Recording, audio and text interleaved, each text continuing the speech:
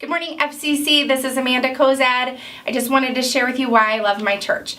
We were actually invited to come to church from Sherry Manella, my daughter's preschool teacher.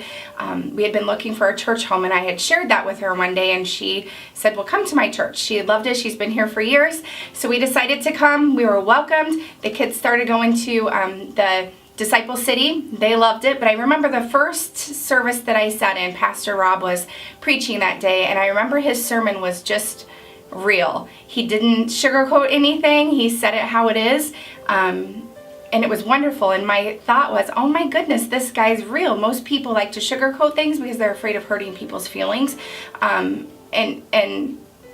that's not how it should be. People should just tell it how it is. So I loved it from day one. We kept coming. It's changed my family. I know for me, I sat down with Pastor Rob, and I had thought that I had been saved. Pastor Rob asked me when that was, and I couldn't tell him. I'm just like, well, I don't know, but I have been, because I got baptized when I was a little kid. I went to church my whole life, except for my adult life when we moved and couldn't find a church home. Like, I knew I was saved. But he said most people know when they've been saved.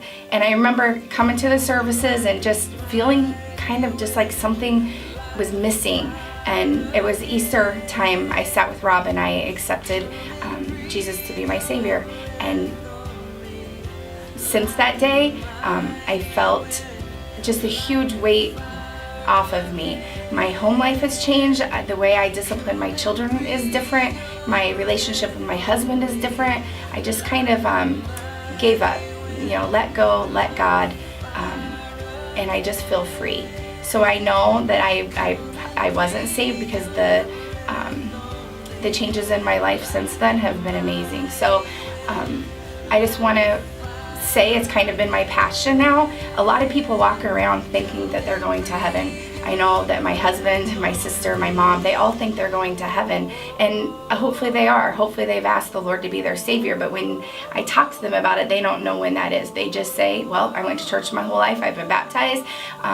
So if you don't really know, you can do it again. You can ask the Lord to be your Savior, so you know for sure, because I cried one day in church when Pastor Rob was talking about it, and thought, oh my goodness, how many people are walking around here, people of my friends and my family, who think they're going to church or think they're going to go to heaven, but they're not. And when I go to heaven, I won't have all those friends and family with me. So it's changed that way. The kids love it. They actually are part of the Disciple City. They go to the Fellowship Kids on Wednesday nights, or they did the Sunshine Choir. It's just a nice place for your family to be around like-minded people.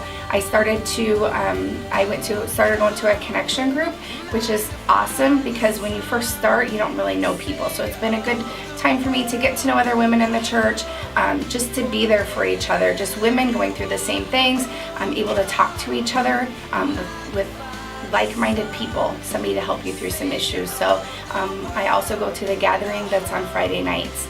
So why do I love my church? Everybody's friendly, everybody's helpful, everybody is real, and the world needs some of that.